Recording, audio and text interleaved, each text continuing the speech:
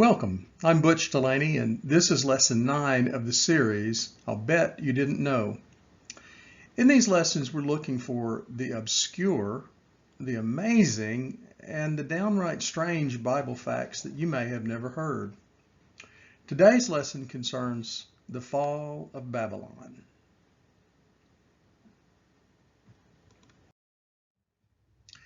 We're discussing events that happened to Judah around 500 BC and quite a few years before Christ. The Assyrians had come to Israel and devastated them about 100 years before the fall of Judah, taking many Israelites into Assyrian captivity. They did not return from captivity. The Jews in Judea who were taken to Babylonia, though, did return. Now, there were many regional forces at play at the time of Judah's fall. Babylon was but one. There were pressures from all directions, from the north, the south, east, and west.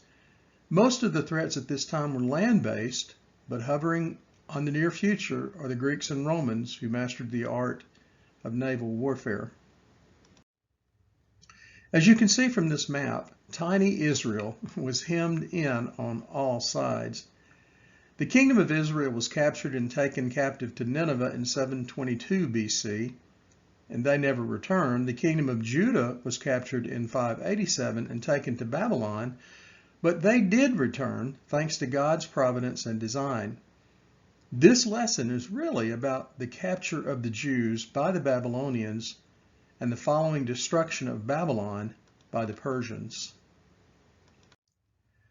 Looking for a moment at our current history within the past 20 years, we first became familiar with the Iraqi coalition in the early 2000s. In 2003, the battle was taken into the area south of Hilla, which is where Saddam's palace lies on top of the ruins of King Nebuchadnezzar of the Babylonian Empire. It had lain in ruin for years, since about 538 BC, when Cyrus invaded from Persia. We'll get back to Cyrus and his invasion in a few minutes. We became familiar with the city today known as Mosul in Iraq about 10 years later during the fighting there in 2014 as the Islamic State of Iraq and the Levant, ISL, took it by force. The U.S. sent troops and aid to recapture Mosul, and it was all over the news at that time. Our president at the time was Barack Obama, and the inhuman executions, the most grisly of which were made public, and the abuse of basic human rights drew us into the conflict. ISIL was finally completely defeated in the battle in Syria in 2019.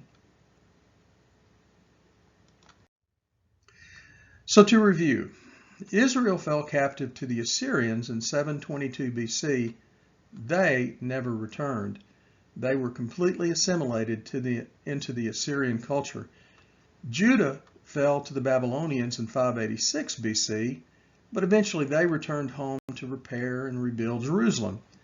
So what we are talking about in this lesson today is what happened in the city of Babylon in 539 BC. Babylonia was the first major civilization in the Middle East. Hammurabi built his empire around the city of Babylon, and it grew until it extended all the way up and down the Euphrates River, from its headwaters all the way down to the Persian Gulf. To the north lay the Assyrian province. Upon Hammurabi's death, the Babylonian province shrank to a very small territory just surrounding the city of Babylon. At the same time, to the north, the city of Nineveh was thriving under Assyrian control, and there was constant push and shove between the two neighbors, Assyria to the north and Babylonia to the south. In 700 BC, the city of Babylon was laid waste by the Assyrian forces, but because of its strategic location and trade, the city was rebuilt, but remained under the control of the Assyrians for a while. Eventually, the Assyrian stronghold in Nineveh fell to the Babylonians in 612 BC, and it was about this time that Nebuchadnezzar took the throne at Babylon and began the process to try to bring the Assyrian nation and the Babylonian nation together. But looming large on the horizon now were the Persians, who eventually toppled them, and the city of Babylon fell. This story picks up there. Cyrus the Persian, with his Zoroastrian religion, is on his way to Babylon to conquer that walled-in city. Now, Cyrus was a temperate ruler, and he believed that conquered nations' gods should be respected. He freed the Israelites who were in captivity in Babylon to allow them to return to Israel to reestablish their temple. But it was here, while the Jews were captives in Babylon, that parts of the Zoroastrian religion was brought back with them.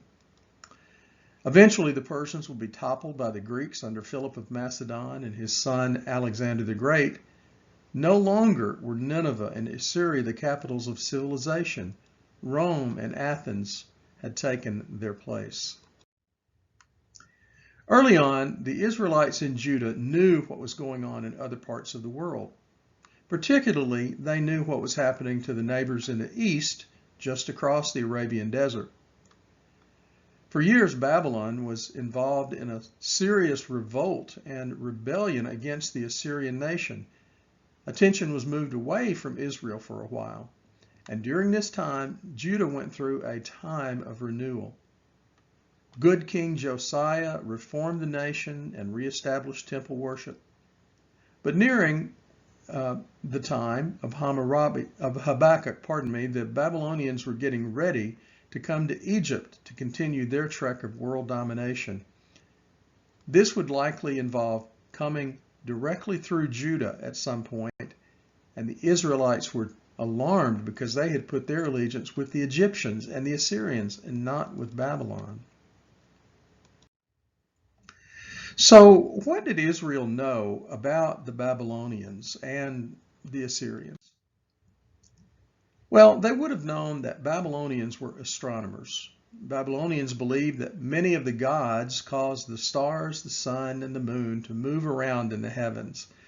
And to understand the movement of the heavenly bodies is to understand the future. They invented the zodiac, and they invented horoscopes. About 4,000 years ago, when they were warring with the Assyrians, they observed that the sun makes a circuit about every 360 days. So a year has 360 days, and a circle is broken down into 360 degrees. The Israelites would have known that the Babylonians were excellent mathematicians. Now, their math system was a base 60 system. Ours, for instance, is a base 10. So around 2000, the Babylonians and Assyrians determined that an hour has 60 minutes and that a minute has 60 seconds. They also contributed to our understanding of angles and radians. Here's an artist's image of what the palace in the city of Babylon might have looked like. It was a city built on water. The great Euphrates River ran through the middle of it, and it was truly an oasis in the middle of sand. Many believe the Tower of Babel had been situated there earlier. Here are some Babylonian proverbs taken from the library of Ashurbanipal, an early Babylonian king. The life of day before yesterday has departed today. If you go and take field of an enemy, the enemy will come and take your field. Friendship is for the day of trouble, posterity for the future. But friendship in days of prosperity is servitude forever. The Jews may have heard of the Babylonians' legal system and the court system. The courts were ruled by a tribunal of judges. Now, these judges could not reverse their decisions for any reason. Oaths were a big part of the legal process.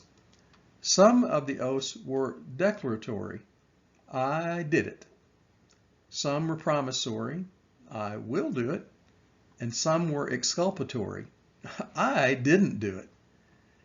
Courts could inflict all kinds of penalties, from flogging to death, and they also could award damages up to 30 times the value of the object that's being restored. Perhaps the Jews would have known about the Babylonians' religion. Unlike the Israelites who were monotheistic, the Babylonians worshipped several gods, and many of these seem to have derived from physical features of the planet, like rivers and mountains, or from the elements, or from the heavens. Each community could have its own patron god, and each family would have its own patron god. And each person also believed that one of those gods were offering them divine guidance in their own lives. When pestilence or disease occurred, it was assumed that the gods were unhappy with the person or family or community. Temples were erected on ziggurats, which were huge mounds of hardened mud, and some of the ziggurats were stepped. They looked like pyramids that had their tops chopped off, and on top of these raised platforms, temples were erected. Now, you could see those temples from anywhere in the city if you looked up. The images inside, the gods that they had put there, were cleaned, clothed, and fed by temple priests. There is little evidence about whether they believed in an afterlife, but most of their writings in this regard seem to concern an underworld ruled by monsters and demons. Here's a picture of the Ishtar Gate, an entrance into the city of Babylonia. It was constructed inside the Pergamum Museum in Berlin, and lions are a noticeable feature. The Jews in Judah would certainly have known about the Babylonians' capacity to make war. If they were strong enough to challenge the Assyrians, they must have been strong. They would have been feared as a brutal, violent, and fierce people. They would have known of their desire to rule and dominate all surrounding nations. And they would have known about how the Babylonian army was state of the art, using siege works to break down heavy fortifications. Their soldiers were fierce and well trained. Their troops were well provisioned for wars with heavy shields, personal body armor, and the latest in weaponry, and the fastest of horses. They would have known that defeat would mean captivity for their people. They would have been squirming in their boots with fear. Now, much of what we know about the Babylonians comes from Herodotus, a Greek scholar who wrote the history of the Persian Wars in 430 BC.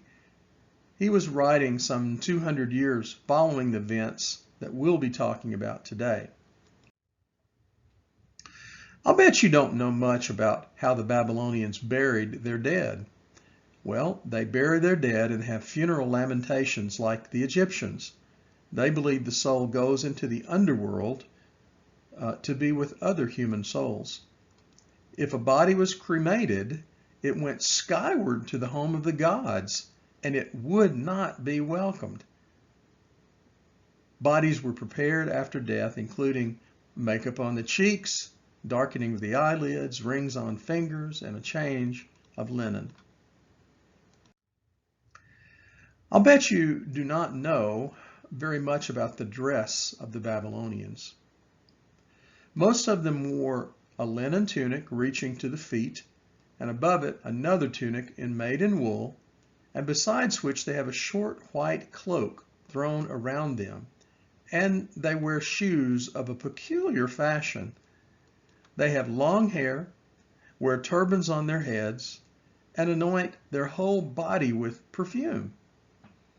Everyone carries a seal and a walking stick carved at the top into the form of an apple, a rose, a lily, an eagle, or something like that, for it is not their habit to use a stick without an ornament. And I'll bet you don't know much about the Babylonians' medical arts. They have no physicians. So when a person is ill, they lay him in the public square, and the passers-by come up to him, and if they have ever had the symptoms of his disease themselves, they might give him some advice, recommending him to do what they found good in their own case. And no one is allowed to pass by a sick man in silence without asking him what were his ailments. How would that work in today's COVID world? Much of what we know today comes from the archaeological ruins in Iraq and Syria. Here is a wall relief taken from a palace at Nimrud, which stood about 300 years before the defeat of Jerusalem. Nimrud would later become what we know as Kala, Iraq, just south of Mosul. Though this was an Assyrian palace, the Babylonians had been under Assyrian rule for many years, and they shared many of the same cultural values and warlike abilities. So what's happening in the first section of this relief? You can see captives being taken out of the city. Notice the poor child. And along with the captives went livestock. You can see the oxen being driven out as well. This section shows two ways in which a city's fortifications were breached. You could lean a ladder up amid a wall and the archer's arrows and try to climb up, or you could find a weakness in the wall and try to tunnel a way through. Look in the lower right and you will see a little fellow there trying to tunnel his way through. In this section, the soldiers along the top of the wall can be seen throwing down stones and firing arrows. Near the base of the wall, two soldiers are shown with crowbars trying to pull bricks out of the wall to make an entry. Near the right-hand corner, two soldiers are shown drilling a tunnel through the wall near the front door, and they're actually under a tower in the wall. If they remove a few bricks from underneath the tower, they knew that it would soon fall. In this section, a huge siege engine made of bricks has been drawn up near the wall. From the wall, defenders drop burning liquids down on the engine, but it has pipes of water that spill out to quench the fire. From the wall, a chain has been dropped and looped around the battering ram to try to pull it up and away from the wall. Two soldiers at the bottom have attached hooks and are pulling against the battering ram. Notice the small circle above the two kneeling archers. This is thought to be the Assyrian and Babylonian god Ashur, the god of war. And he has drawn his bow too.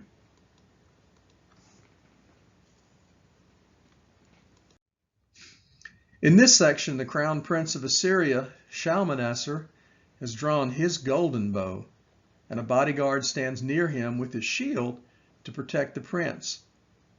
It looks like the crown prince has gone forward in time some 1900 years and actually has an Apple Watch on his arm. In this final section, the charioteer is shown with his chariot drawn by 3 horses. Even the horses have body armor.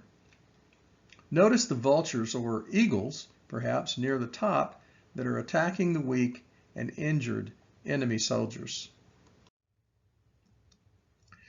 Now, here is a map of Babylonia at the time of their defeat by the Persians. Notice the Euphrates River that split the city into 2 parts. You can see it here in light blue. There were brass bars that hung down into the water at either end. It was truly known as a city built on water. Now, notice that there were 2 huge walls. There was an outer wall and an inner wall, and between the 2 was a massive moat. Both walls were considerable in size and width, and they were made of baked bricks, not just stones. So breach one wall, then you'd have to swim a moat, then you'd have to breach another wall. Very hard to do with archers shooting arrows at you the whole time.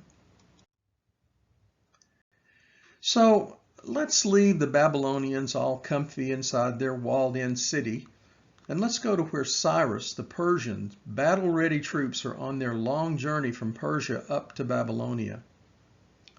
Herodotus, the historian, tells us that on the way from Persia to Babylon, Cyrus's forces approached the Diyala River, which was too deep to walk across and required boats.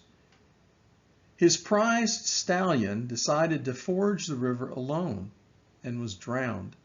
This made Cyrus very angry at the insolence of the river.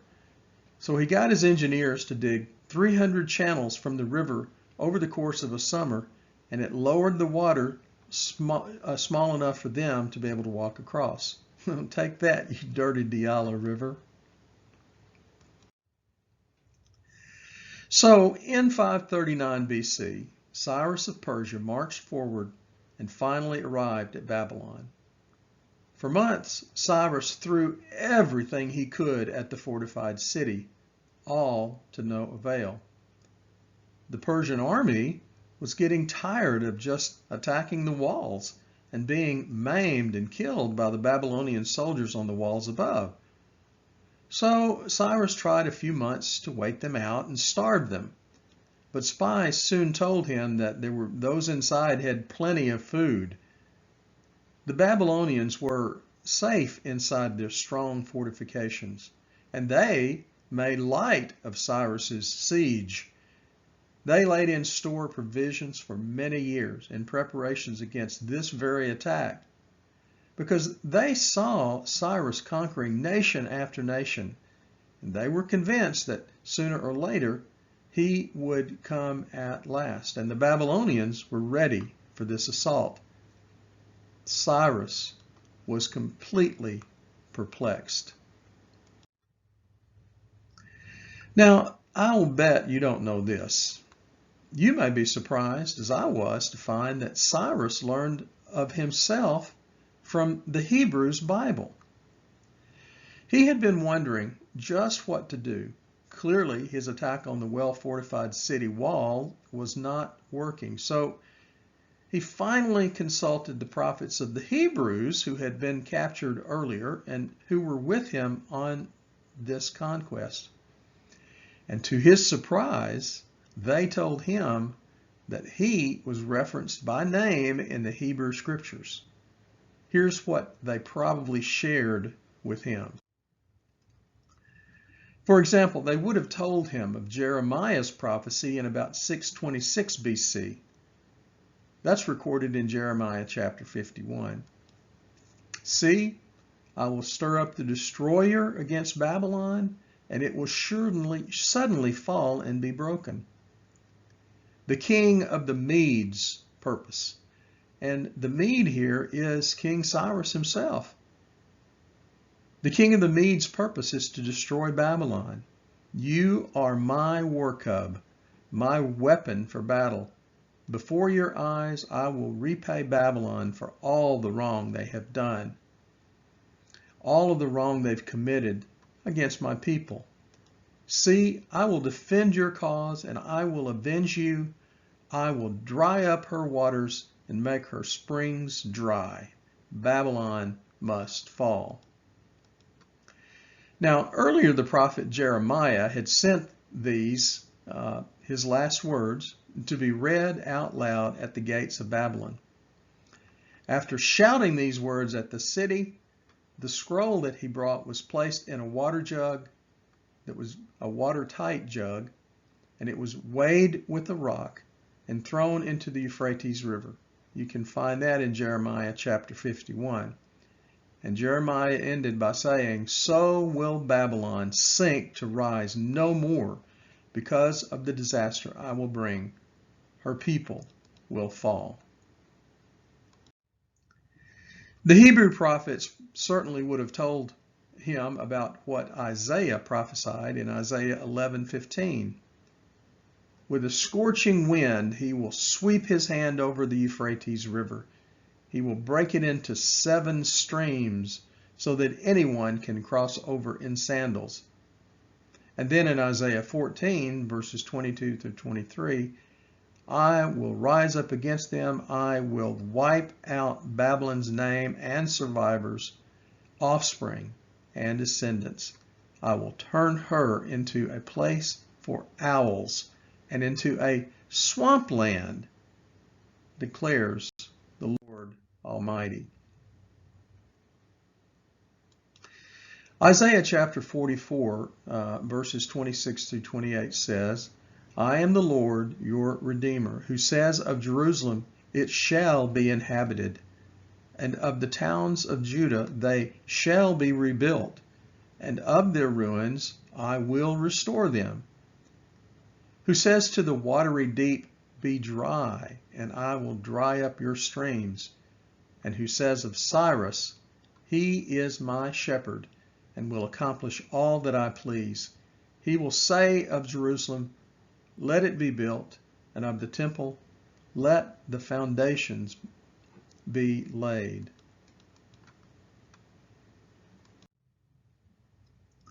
Finally, they would have probably recounted to Cyrus, Isaiah chapter 45, the first 5 verses. This is what the Lord says to his anointed, to Cyrus, whose right hand I take hold of, to subdue nations before him, and to strip kings of their armor, to open doors before him so that gates will not be shut.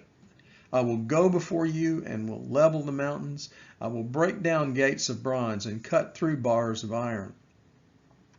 I will give you hidden treasures so that you... Now, let's shift our attention from outside with Cyrus to what's currently happening inside the city of Babylon. The insignificant onslaught outside was continuing, of course, and the king Belshazzar of the Babylonians held a great banquet for thousands of his lords, and they drank from the golden temple vessels. Then God's hand writes on the wall. No one can interpret the words, so the Hebrew prophet Daniel is called in. Now, it's amazing to think that prophets of the Hebrews were both inside with one faction and outside with another at such a pivotal point in history, and that they both played an important role. Can you not see God's hand at work shaping history in this story? Back outside the walls of the city, after talking with the Hebrew priests, Cyrus had an excellent plan of attack. And the plan he came up with, he used a tactic that he had used earlier at the Diala River. At night, Cyrus's engineers and thousands of workers toiled upstream in a marsh to build a canal to the Euphrates River to divert some of the flow, and immediately they noticed the level of the river start to fall. Cyrus had placed a good portion of his army at the point where the river exits the city, the big red X, with orders to wait for the Euphrates River to sink, and then as soon as they can, the water became shallow enough for them to walk under the iron gates, and they marched into the city.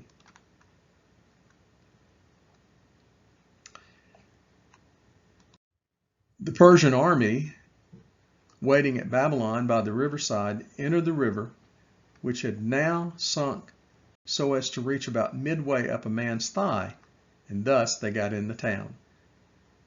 The Persians entered the city and had very little resistance because none of the soldiers inside were expecting an attack. No one inside ever dreamed of such a plan as Cyrus undertook. Who would have thought the river would dry up to make this possible? Had the Babylonians only known what was about to happen, they could have closed the internal gates that led into the city from the river. Then they could have decimated the Persians with archers from above their inner walls.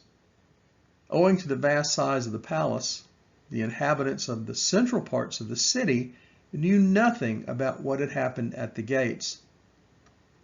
And because they were engaged in a festival with Daniel, they continued dancing and reveling until they learned of the capture, by which time it was too late.